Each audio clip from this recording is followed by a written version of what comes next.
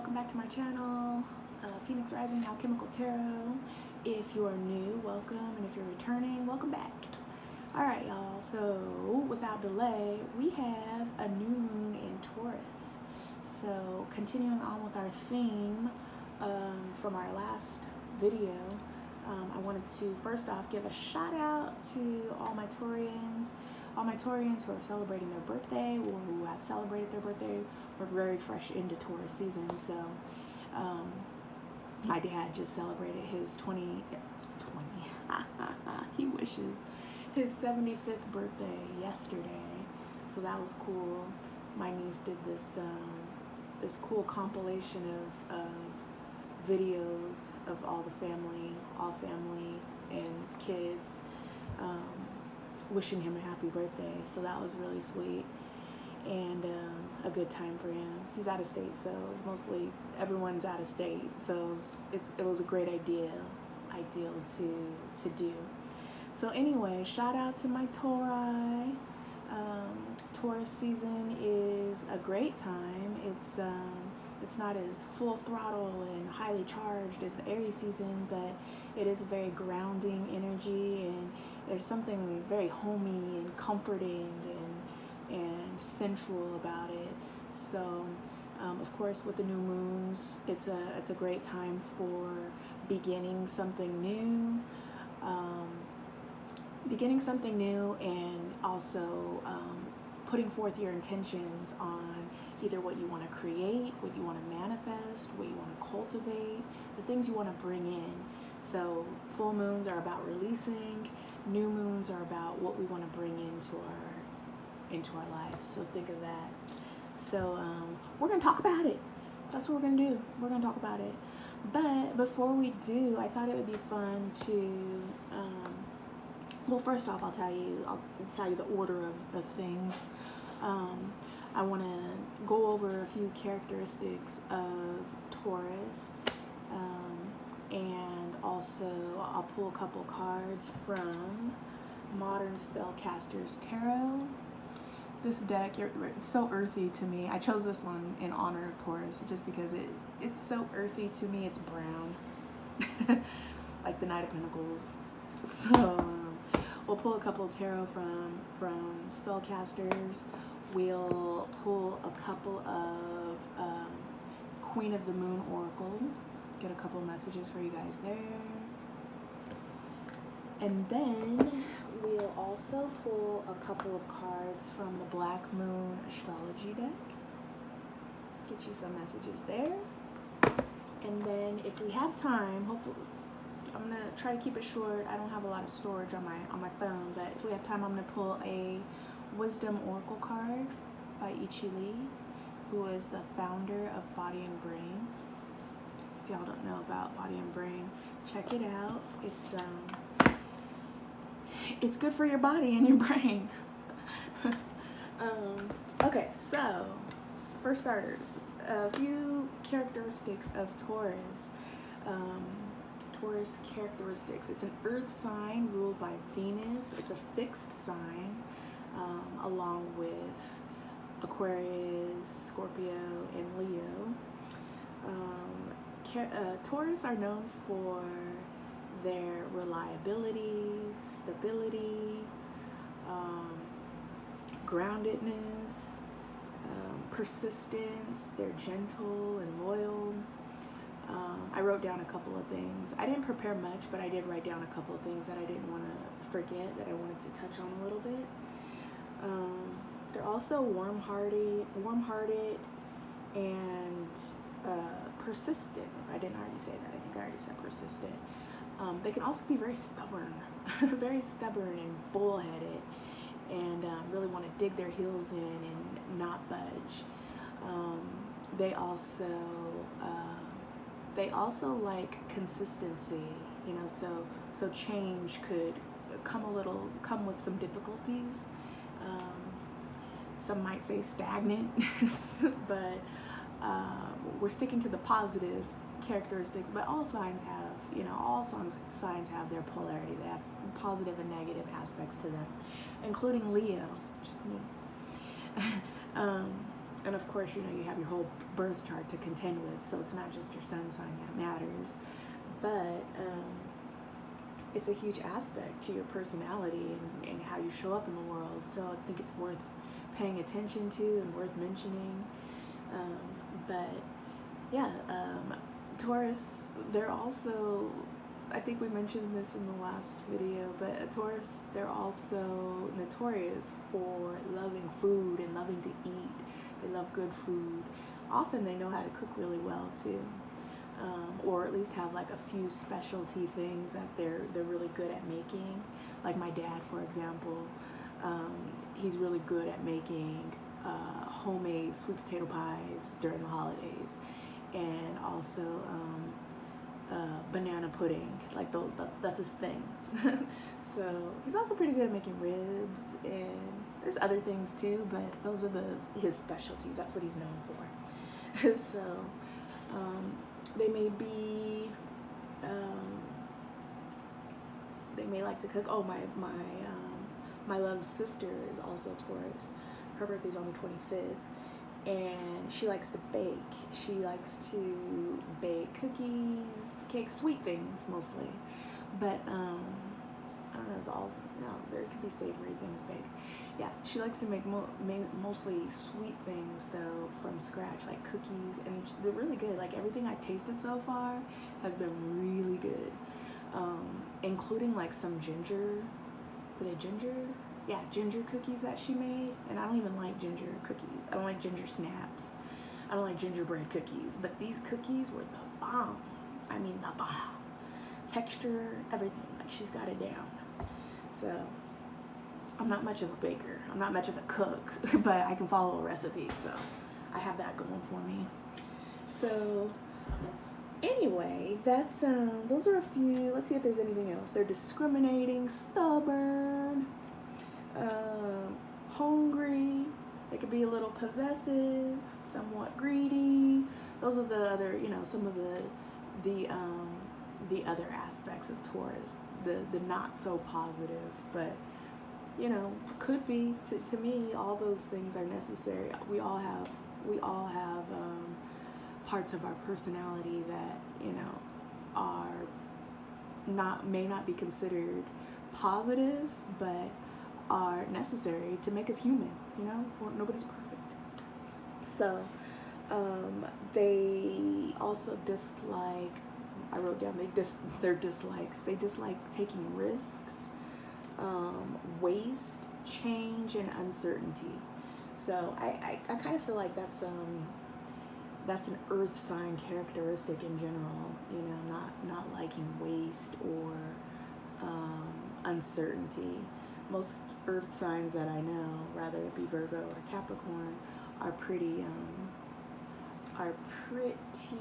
similar in that regard. So there's a few characteristics for you, and then just a little fun thing I'm going to throw in there. Some famous sun sign Tauri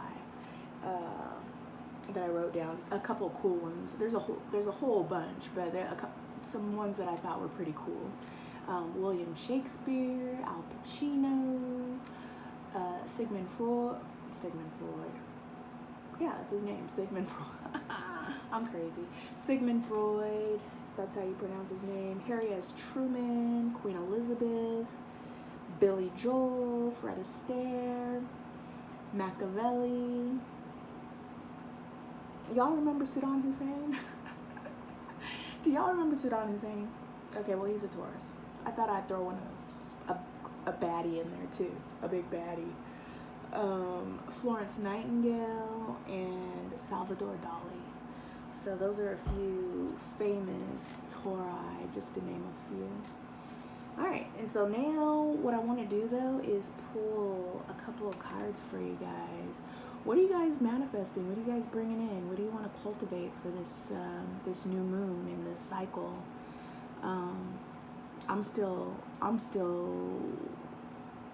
working out mine as well, so I'll probably do a new moon ritual either tonight or tomorrow. It's not too late. It's not too late.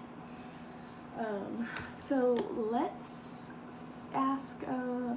let's ask, we'll start with our Queen of the Moon Oracle and see what messages come out for you guys for the collective. All right. Thank you, Spirit. What messages do you have for the collective for the highest good of all?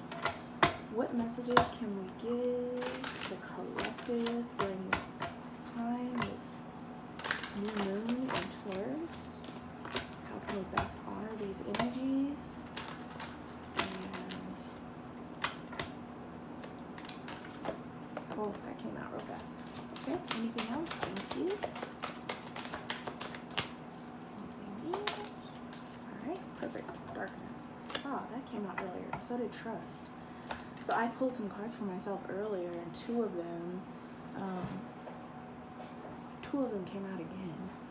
So the one that came out again was Darkness, which is 40, reduces to a 4. And Trust, 32, which reduces to a 5. 4 is about stability. 5 is about conflict and change. And then Will, which is 13 and reduces to a 4. So another 4, y'all. All right, I'm going to read what these mean. The first card that came out was Will. So let's read that and see what messages we have here. 13, which reduces to a 4. Gibbous. It's the gibbous moon. All right. Decisions require action. You are in control of your own decisions in life, no one else's. Passion and will determine a great proportion of your success. You will persist. You possess free will, which means you should focus on yourself first and avoid placing your will over another's. I have the will to make the changes I need. Will feels like a very old-fashioned concept in a modern world where it seems like everything is geared up to be as easy as possible, or there's always someone else to blame. The idea of placing our personal will persistently into something seems quaint. When we decide we are going to change something in our lives, let's say a particularly negative pattern or bad habit, breaking the old way we do things can be difficult. The change requires a concentration of our will. We may want the change, but it is our will that insists we stay on the path to that change. To be willful means we have the power of control over our own actions, and that will fires up the persistence we need to get what we want. Contrary to belief in witchcraft traditions, practitioners do not interfere with another's free will. This means we do not cast spells upon people to influence their behavior, which is funny because we have the Spellcasters Tarot deck. That's just the name of it. We're not actually casting spells, y'all. Alright. Contrary to popular belief, blah, blah, blah, blah. This means we do not cast spells upon people to influence their behavior. How do we get what we want instead? We cast on ourselves in line with our will, focusing carefully on what we would like in our lives instead.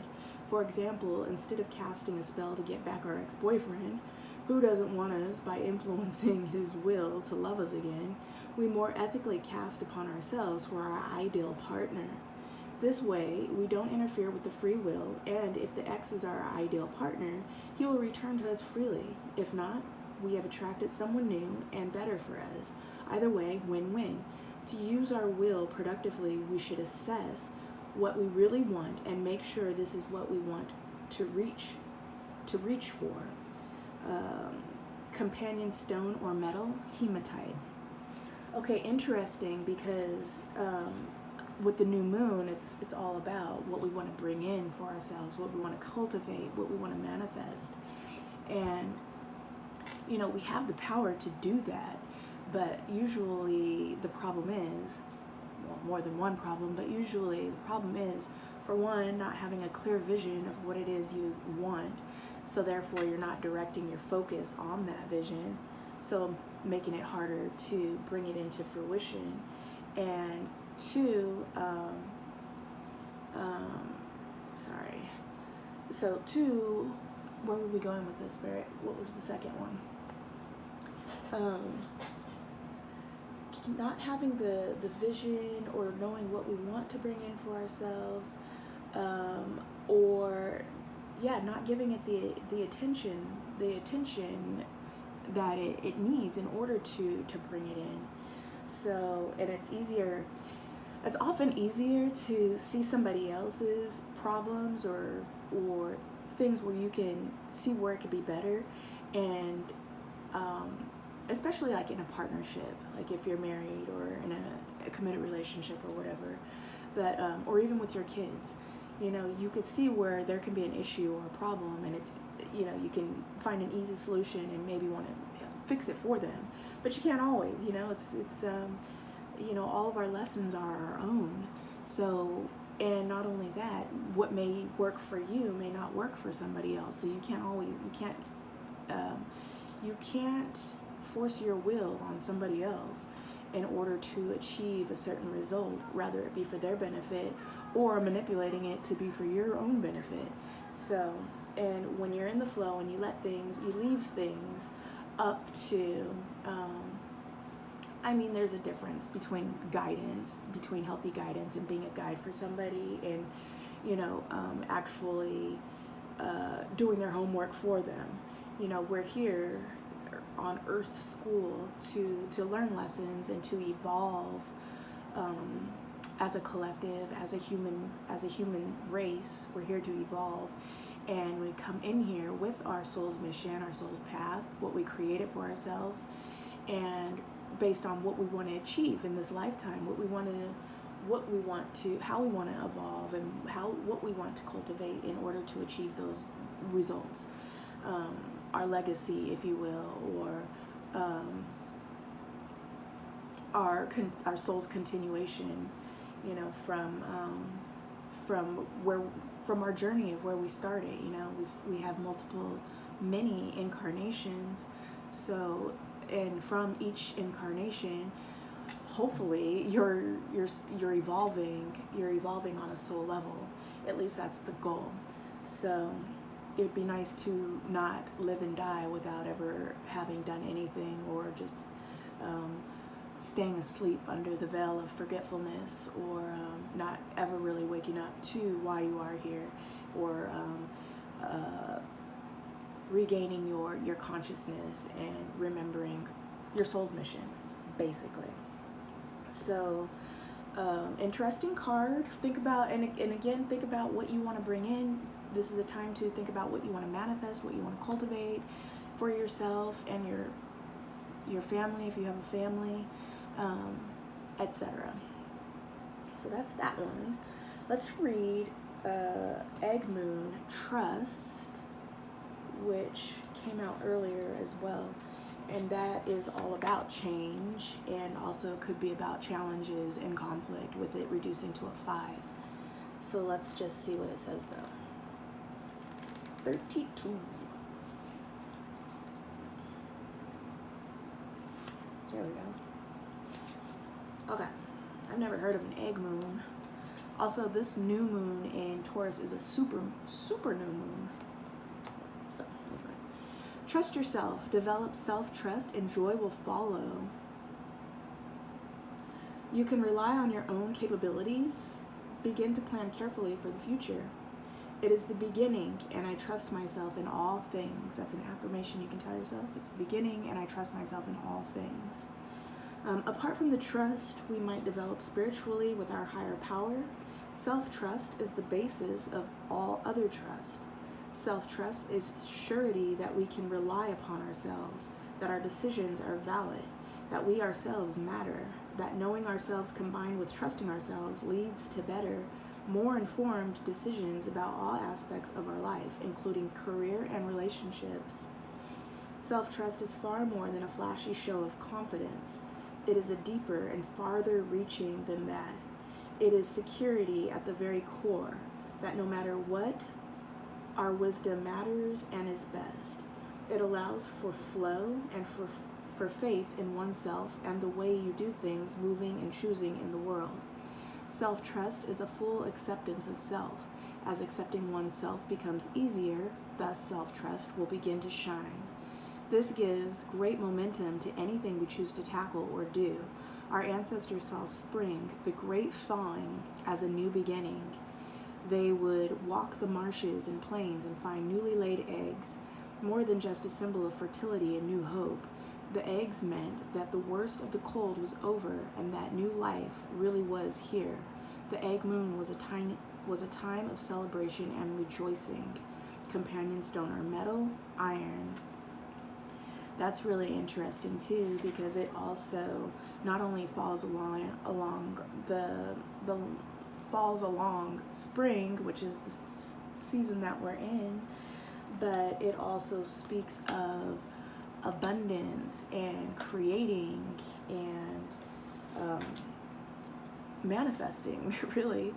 And that's all in alignment with Taurus. And not only that, but, and I said this last video too, you know, when I think of Taurus, I think of the Empress in the tarot.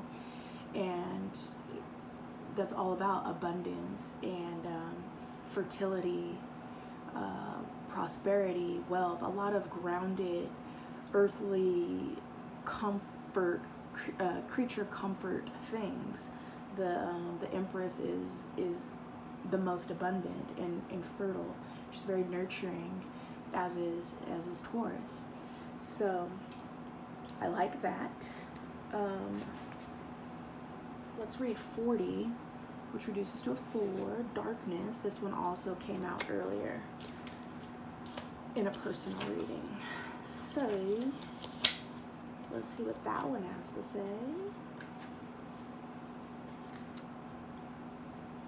Long night moon.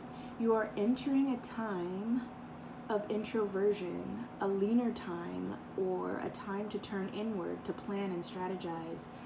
It is a time to do shadow work, which will bring big dividends later on.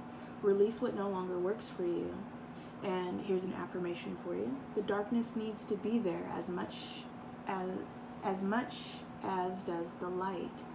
Again, you know, we can't have one without the other. So, you know, our freedom and our liberation is found in the shadow.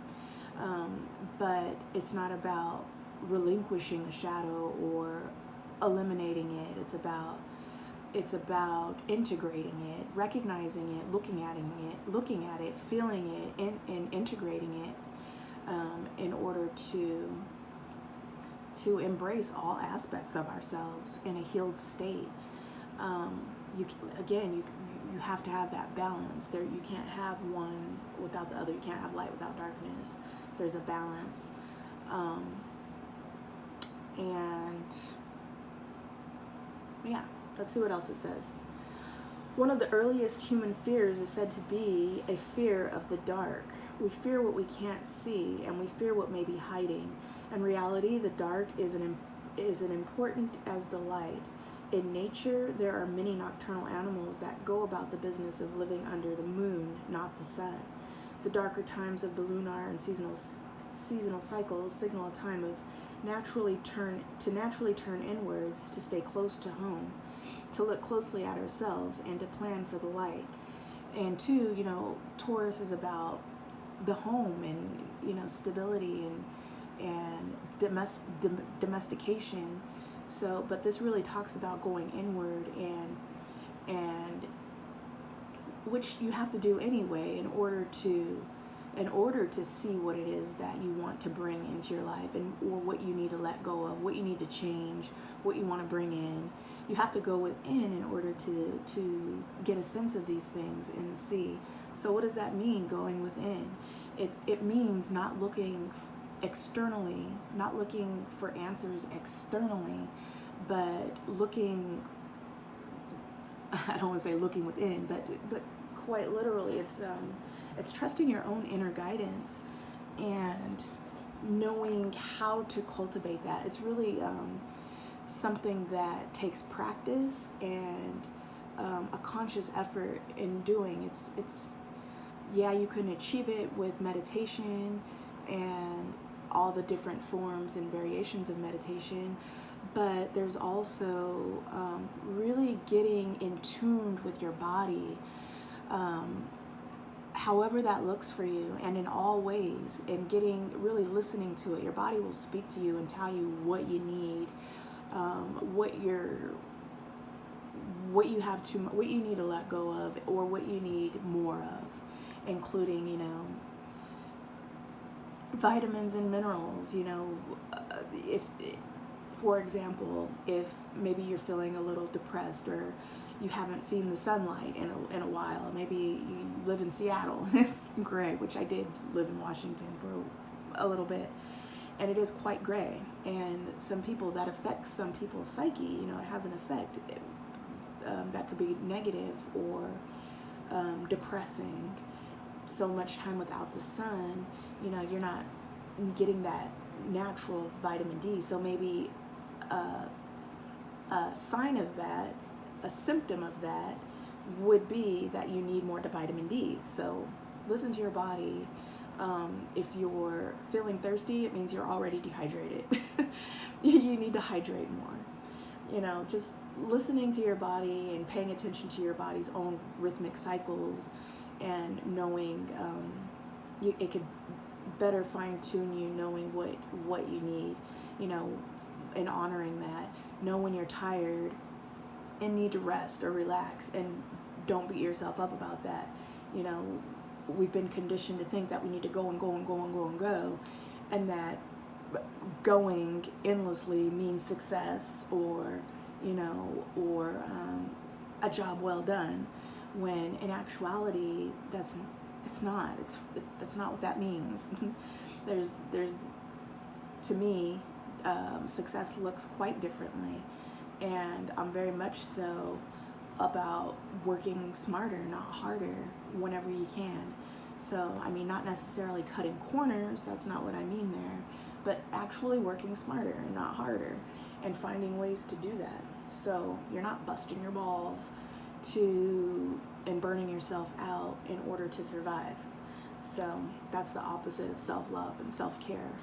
So finding more ways of honoring that, and finding balance where you can pay attention to what your body needs. When you need better quality food, your body will tell you if you're not eating healthy, or your gut will let you know in some way or another. You'll be constipated, you'll have diarrhea, you'll have a stomach ache, or you'll be bloated, or you'll break out. There's ways of knowing and paying attention to what your body is telling you. One way to, and I know I say this in every video, but I can't stress enough the importance of moving your body in any way, even if it's light and strenuous, versus being heavy cardio. Just being more active and finding ways to incorporate more activity in your daily lives, especially if you have a sedentary job or lifestyle. Finding ways to incorporate movement in any way you can extra, it helps. And there's such a thing called the slight edge. There's actually a book called The Slight Edge. It's by Jeff Olson, and it talks directly about that. The whole concept is the compound effect, and doing small things to have a big effect later on. For example, when you gain weight, you may not gain weight tomorrow. Well, you might, but you may not. If you're eating healthy for a day or two, you may not see the weight that day, very next day, but keep doing it, and you're gonna see the scales tipping and raising. So that's an example of the slight edge. Also, reading 10 pages of a good book every single day. It's breaking things down into small steps instead of reading a whole tome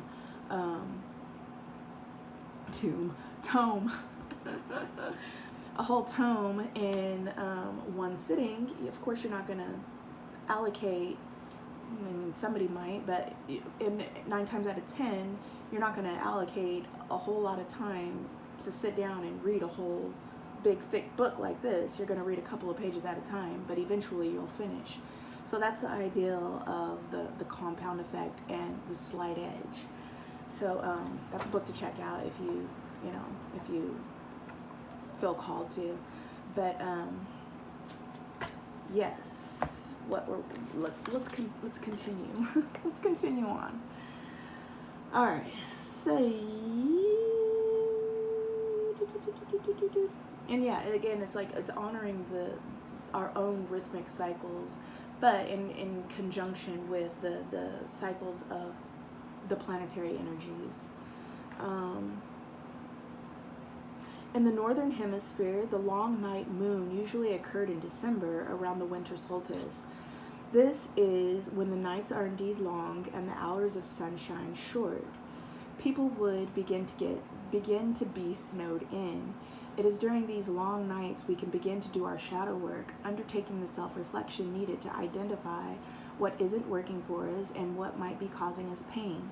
This could be a bad habit, a destructive pattern, a recurring useless fear, or anything that holds us back from being the best we can be.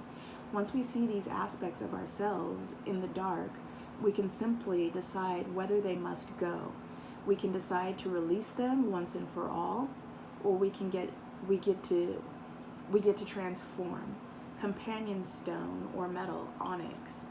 Perfect. And it's, we mentioned onyx, and actually we mentioned all of these stones it's mentioned in the previous video, which are great grounding stones and also great for absorbing negative energy or deflecting negative energy. Only in going within and looking and releasing and integrating, again, those are some of the things that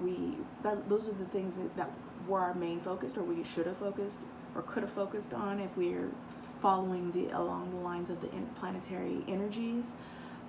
During the full moon, that would have been a time to go within and look at what you need to release and let go.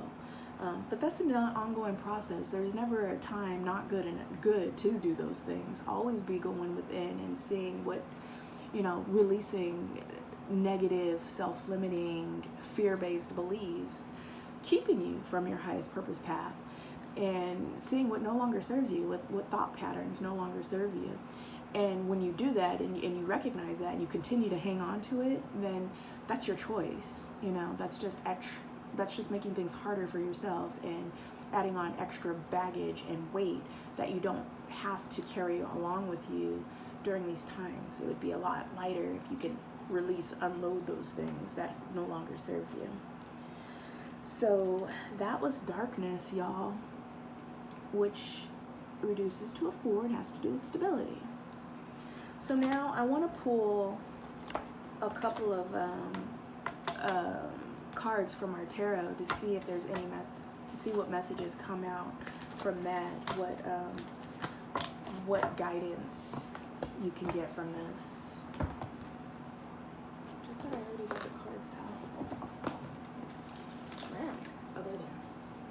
Alright, so thank you, Spirit. What messages do we have for the collective today? Advice for the highest good of all.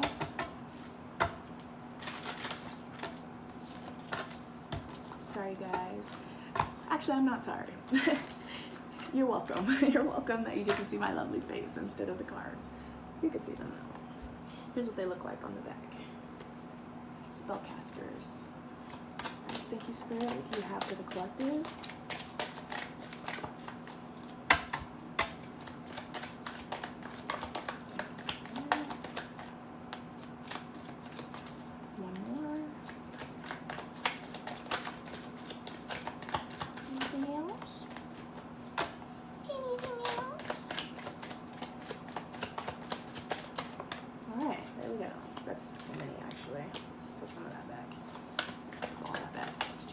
Okay, there we go.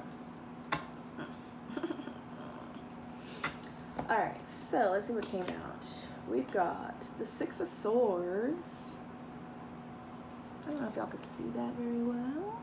We got the 6 of Swords, Queen of Swords, That's appropriate. Four of Cups. Four of Cups. All right, so right off the bat, Six of Swords is walking away or moving toward something. Hopefully moving toward a more balanced, calmer waters, stability. Moving towards something and away from something. Moving away from all the things that no longer serve you. See how this ferryman is carrying or ferrying this woman who appears to be holding something precious. And then of course it's swords, so it has to do with the mind, the mental. It's your mental space. And it looks like look, and the ferryman, it has the symbol of the sun over his head. So it's like being guided toward illumination and safety. The ferryman has a big, large staff and the symbol of the sun above his head. And she seems to be carrying something precious, but content, or she doesn't look it like she's in fear or anything. She just looks contented and trusting that she knows where she's going. So it's like having intuition guide you, trusting your spirit guides, your inner intuition, your inner navigational system, your own inner guidance. Even if you can't see where you're going or predict or know the outcome, it's following the breadcrumbs, the trail that you're being led to. And then with the Queen of Swords here, the Queen of Swords is all about discernment and using that sword to lop off anything that no longer serves, and having the vision and the foresight to see it, to identify it. She's a skilled communicator, and she's just and fair, emotionally detached, using her discernment to decide what stays and what goes. So it's interesting, we have swords again. So it's using your not much heart here. Oh wait, we do have a cups. Okay.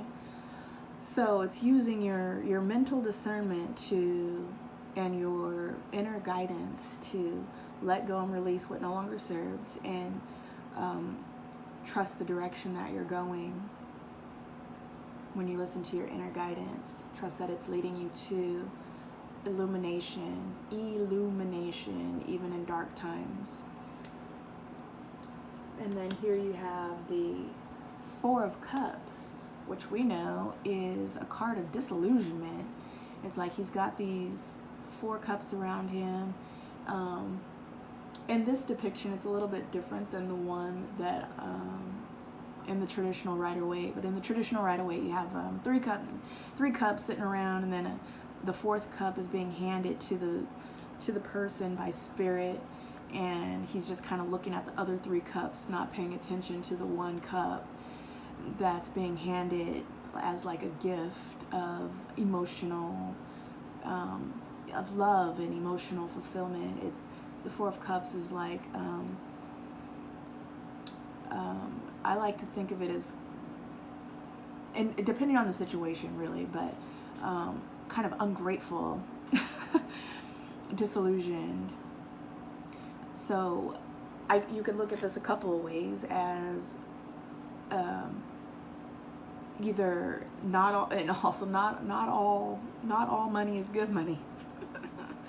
Don't take everything. Everything can't go. You might have to leave something behind, but it's also showing gratitude and being grateful for what you do have, and being grateful for the assistance that you do get from your higher self and from spirit and from your angels and all your guides, your whole spirit team guide, and being aware of that assistance that's helping you behind the scenes in the background. It's not just you, you're not alone. And maybe just takes looking up and around to see all of the things, all of the tools at your disposal, all of the guidance and help at your disposal. This is Cancerian. You can see the crab on his crown chakra, and it's cup, so it has to do with emotions, feelings,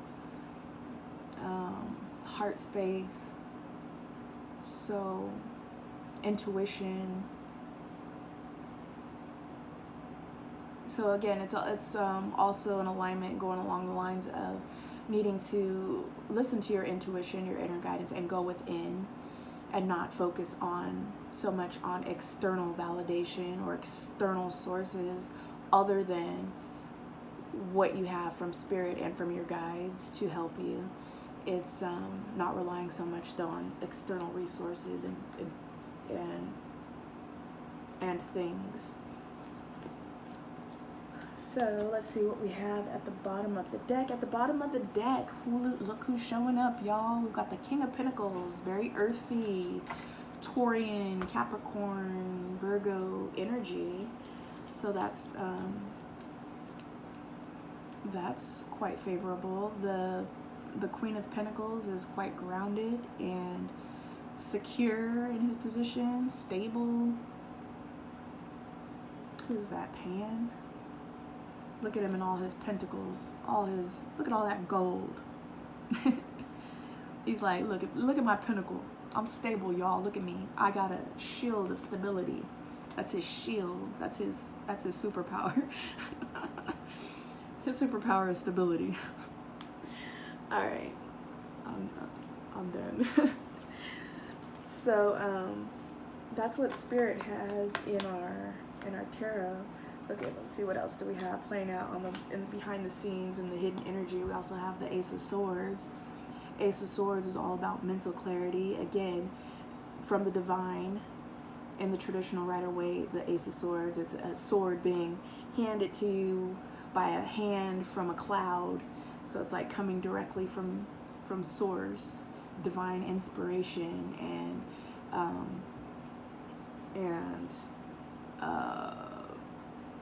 intelligent motivation. Really it's inspiration. And I like to think of the Ace of Swords. I like to associate it with this Queen of Swords too. Her using that sword to discern what needs to go and to get rid of it. Got a lot of swords, huh? No major arcana. We don't have any major arcana this time, so these are all passing energies, nothing too transformational and life-threatening. But I hear life-threatening. It's all transitional phases, just regular energy to get through and use to your advantage. So let's see. With that being said, let's go ahead and pull from our Black Moon astrology. Oh no, we're at 43 minutes. Okay, so I'm only gonna get like one card from here, just because we're getting stressed for time. Thank you, Spirit. What message do we have for the collective, for the highest good of all? One more shuffle.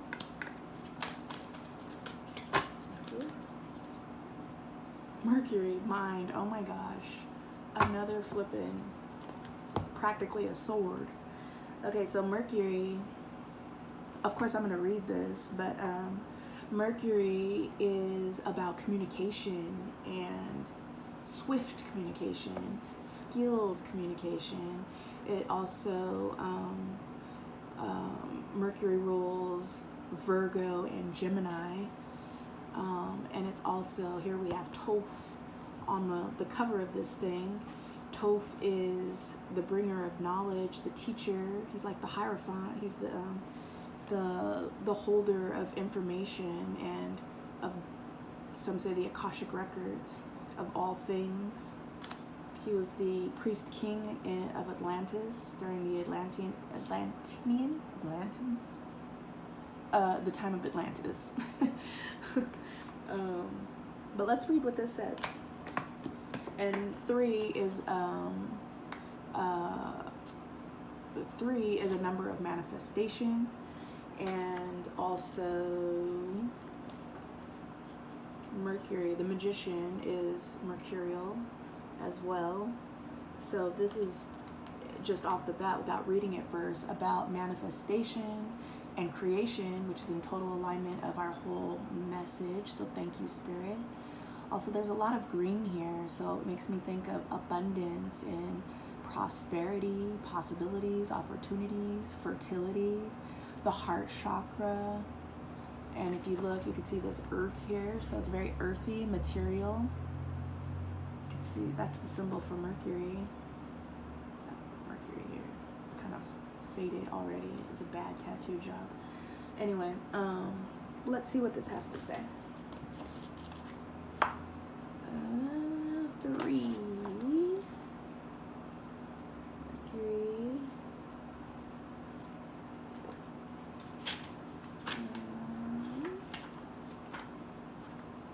Sorry, y'all, I'm coming. Alright, here we go. And, yep, this card, it says this card coincides with the Magician in Tarot, so we weren't off track there. It says, did I put it away? It says, if you want to tell people the truth, make them laugh. Otherwise, they'll kill you. Mercury, the planet of intelligence and talking, is the closest planet to the sun, also making it the fastest planet to move through the zodiac. The Mercury card suggests that you must put effort behind your talk. The god Mercury is the Roman counterpart of the Greek god Hermes, the messenger with wings and his heels and his hat. Connected to everything associated with the mind, quick wit, brevity, mental flights, trickery, inspiration, and also movement, as in moving ahead, and also transits. Mercury gives poetry to the imagination, since the gods Mercury and Hermes are related to the Egyptian god Thoth, god of writing, patron of scribes, and those who work as divine mediators and interpreters. The god Mercury and his counterparts also have very much to do with the magic and medicine. When it comes to the body, Mercury rules the eyes, brain, nerves, as well as the fingers and toes. In ancient Greece, Hermes was the god of roads and transportation, and was the son of Apollo, the sun god. This makes sense, Mercury being the closest planet to the sun. Mercury is also a comedian and can be a bit of a trickster. Just when the energy seems to be flowing one way, Mercury changes the direction. Might we add, Mercury is spontaneous and insanely flexible. Mercury is the wisdom and the stupidity found in intelligence. When it is not connected to the heart or the feelings, Mercury maximizes the imagination, but can also symbolize the liar when it comes to double talk and mixed meanings. It is the planet of gaslighting, causing purposeful confusion in the minds of others to gain something not really deserved. However, Mercury shows how mentally sharp and flexible we are, our mental range, and how eloquent. Mercury tends to be chatty, superficial, and into playing games, psychological games, and other types of puzzles. Mercury governs friendly relationships and also the Freudian slip, where you say something that doesn't come out as intended, but actually reveals your real thoughts. When the Mercury card presents itself in a reading, it is time to use all of your mental faculties to get your point across. Words and how you use them are very significant. It may mark a period where you either have to talk your way out of something or talk your way into something. Whatever the reason or occurrence, how you communicate through writing or speaking is of utmost importance here. Composition, writing, or editing may figure in. it is not a time to stay static or to sit still, especially if you're manifesting, and it's easy, it's easy to do, to allow yourself to do in some of these heavier, more denser energies like the earth signs, like Taurus, which is perfectly okay with being consistently still, static, and some may even say stagnant. So it's important to not let yourself get stuck in complacency, which is also the Four of Cups. One of the cards that, the tarot cards that we pull, is also a card of complacency.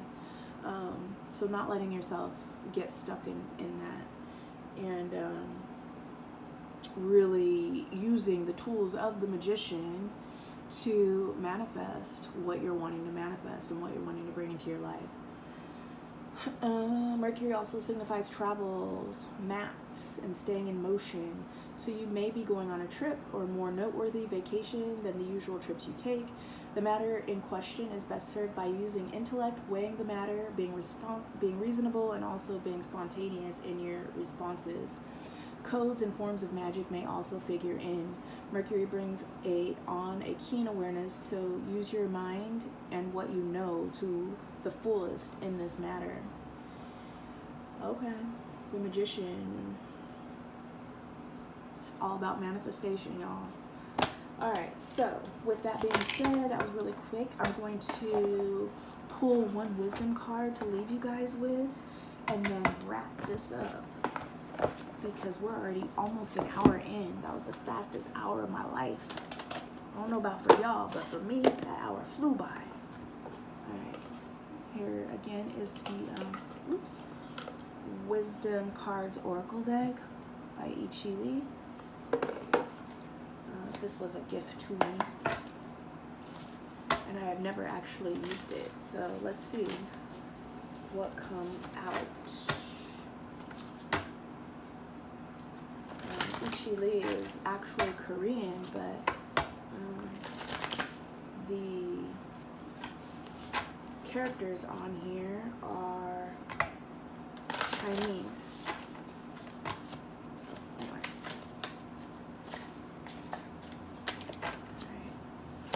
Wisdom. Can we leave the collective for today? Thank you, Spirit. All right, this one came out. Heaven and earth become one.